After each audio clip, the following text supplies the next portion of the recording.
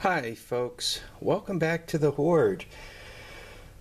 I don't know if you guys have been following the weather much, but we are about to get a big wind type storm, rain, all that up here along the East Coast.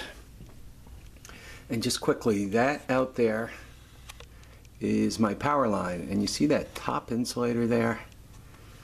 That goes about 300 foot to the end of my driveway. Then it hooks into the grid and it goes through the woods and so forth. And there's approximately 5 of us connected to the fuse that powers this little piece of the grid. If the wind blows it all, right, and as you look out in the woods here, see all that dead stuff? If anything touches that line, it blows the fuse from my little area of grid, and then I have no power. I might still have internet, I might not, depending on what else goes bad, but I definitely have no power. So whenever I hear a big wind is coming, I start preparing a little bit for it. And I just wanted to take a minute to show you guys what I do. First thing I did is I got the pellet stove all cleaned out, ready to go. And you guys could see quite literally all I have to do is touch a match to it and it's running. Here's the extension cord to bring me to the generator. Here's my little stove, right?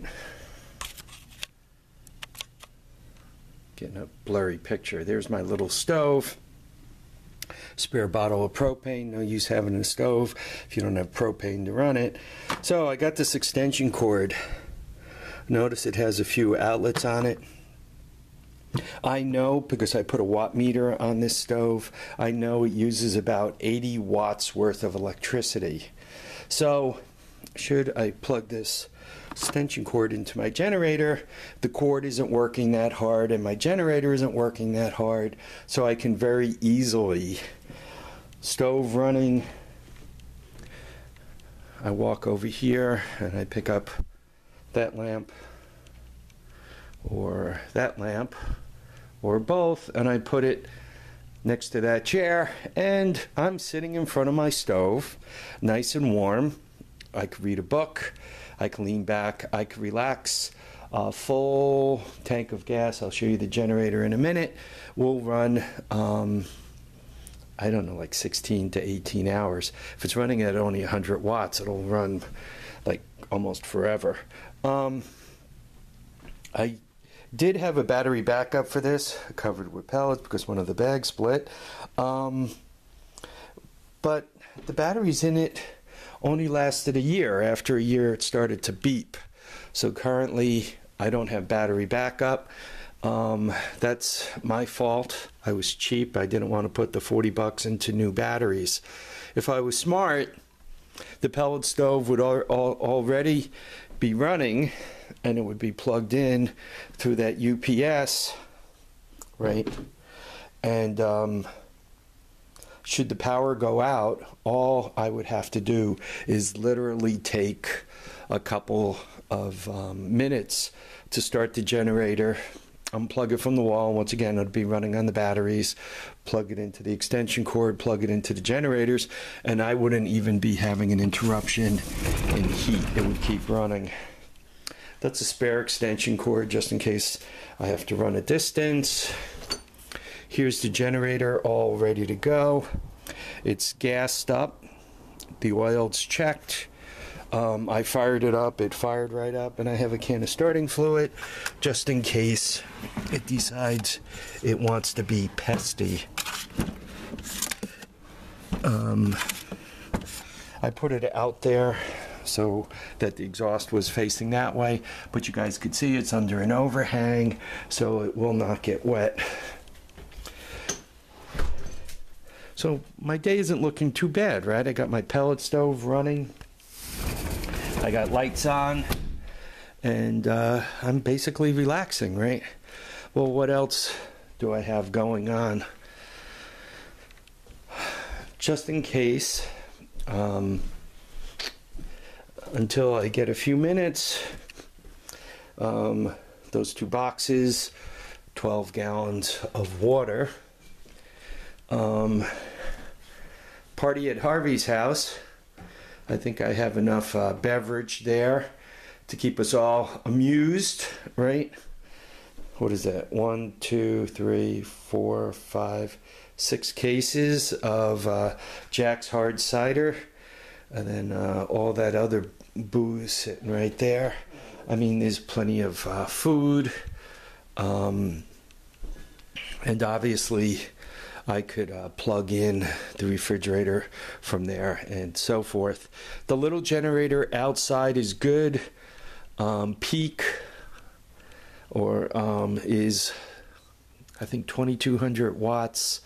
It's good for 1800 watts continuously, which in my belief means you really don't want to load it to much more than 1000 watts. Once again, the pellet stove is only 80. So if the refrigerator has been off for a while, when it fires up, the peak current isn't quite as high as if it's cycling as regularly, because you have a little less back pressure on the compressor. I think that refrigerator is supposedly only supposed to burn a couple of hundred watts. So if you multiply that by 3, that's 600 watts. So the little inverter outside would have more than enough power to power that up. My experience with refrigerators is typically one doesn't, if you cool them down like every 8 hours or so, I mean, you run them until they're completely cool, and then you unplug them. They're good for about 8 hours, and then you got to plug them in and run them for the full cycle, however long that takes for them to get completely cold again. There's also a thermometer in there, so I could kind of keep an eye on things.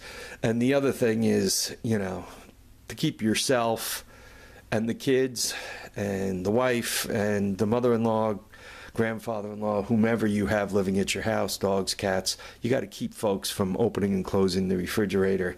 The real trick with a refrigerator is, don't open it to just get the milk out. Know that, I'm going to make scrambled eggs, so I want to grab the milk, the eggs, the butter, and the cream for the coffee, and whatever else you're thinking of throwing into your scrambled eggs. You want to grab it all at once and get right on it. So those are the little preps I do.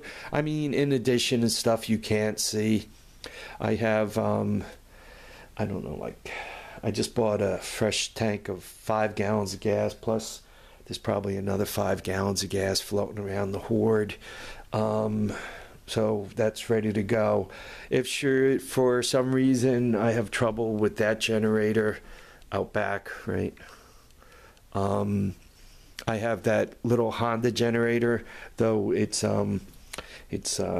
voltage and frequency control wasn't great. I have that, and I also have the big Generac. Should I need water for the bathrooms and all, typically what I do is I fire up the well.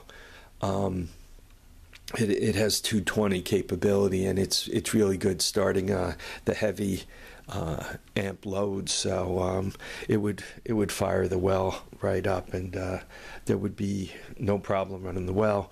I also know the temperatures aren't going to be that bad. Basically, we're going to see mid to high 30s, low 40s during the day, and at night, it'll be just barely dipping into freezing, 25 to 30 degrees at night. So I'm not all concerned about, the plumbing freezing and all that.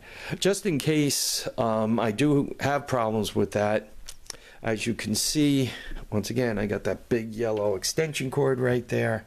And I actually have a plug on the furnace when I run the furnace.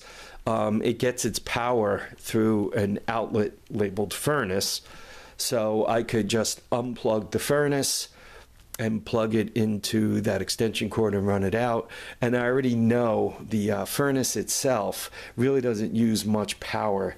It's about 300 watts continuous. So once again, that's a 900 to 1200 watt peak load when you know, it first fires up, or when the pumps first fire up. Though the pumps are small, they're little tacos that you can hold in your hand. They don't, you know, those magnetically coupled things, so they really don't use much power. So should it get cold, I have yet another backup plan. When one's preparing for one of these situations, the thoughts you should always have is, okay, my power goes out. Well, that's failure number one. So my power's out and I got a generator. What happens if my generator doesn't fire up for some reason, right? Well, in my case, I'm a lunatic and a hoarder, so I have multiple generators, but I also have some batteries and a 12 volt to 120 AC inverter.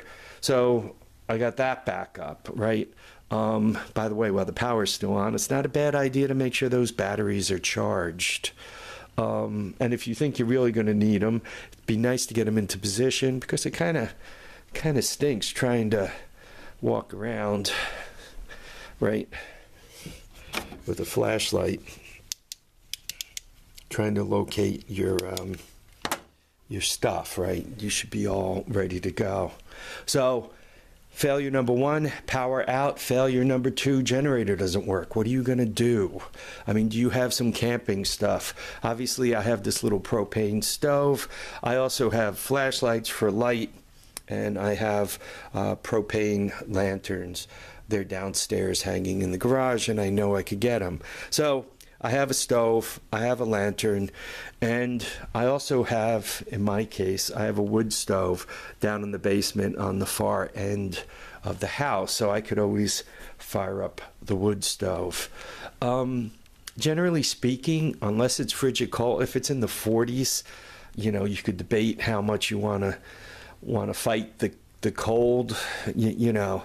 If you know it's going to get frigid at night, you want to start fighting the cold in the 40s, because you don't want to start trying to warm the house up if it gets, you know, once the house starts dragging itself toward freezing, it takes a lot of energy to warm it up. So it's better to keep it warm. But if it's in the 40s and you know it's going to stay in the 40s, you don't have to sweat the pipes, you know, freezing in some cold corner or something like that. I have hot water baseboard hydronic heat, so I do have to think about that. I don't run antifreeze in it, and there's a couple of reasons why I don't run antifreeze in it. If you do run antifreeze, it's got to be changed every few years, 2, 3, 4. 3 or 4 if you're pushing it. If you don't change it after 5 years, quite honestly, I'm told the antifreeze really isn't very effective, so it's not any good. So I'm a little like, I'm going to put antifreeze in there that by the time like I need it in 5 years, it's not going to be any good. I don't think so. So I don't run antifreeze in it. So if it gets real cold, I have to make sure I could fire up my furnace, hence the plug on the furnace, hence the long extension cord, and I could take care of that. Generally speaking, let's hope that we don't have 3 failures. But you can have other kind of failures, like we're supposed to get a lot of rain, perhaps a couple of inches of rain. I know the ground is fairly defrosted and the drainage ditches aren't full. So, you know, if I get an inch or 2 or 3, no big deal. If I start getting toward 5 or 6 inches, I know I could start having flooding. I could get some water into the garage, and if I don't deal with that, it eventually gets into the basement.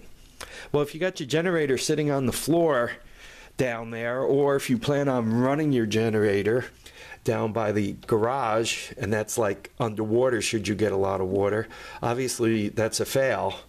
And that's, you know, and if you got your gasoline down there and it's underwater, that's kind of like a real problem. You don't want to get gas into the water, you know. Now you have gas floating on the water, fumes everywhere.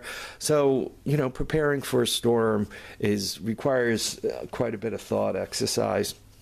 If I am getting crazy amounts of water, like, you know, my property's flooding, I haven't seen that, and we've been through a few hurricanes here. But if it does get to that point, I mean, I would drive the cars up the hill, up on the hill up here.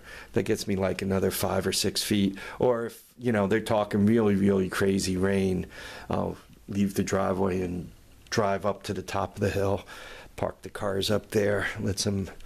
It's better to have a bandito steal your car than, or bother your car than have it float away, eh?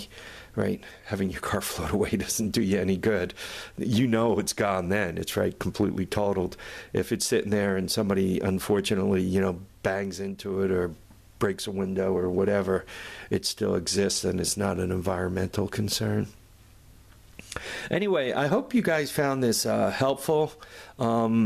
That wind is supposed to blow up and down the East Coast and cause some trouble. So I hope everybody out there is safe, right? It's down there bothering folks down south first, Georgia, Tennessee, so forth. So once again, I hope everybody down south is safe. Folks, I want you all to keep your feet down, keep your heads up. I want you all to get out there and enjoy all your days. Even if you're going to take a few minutes preparing for a storm,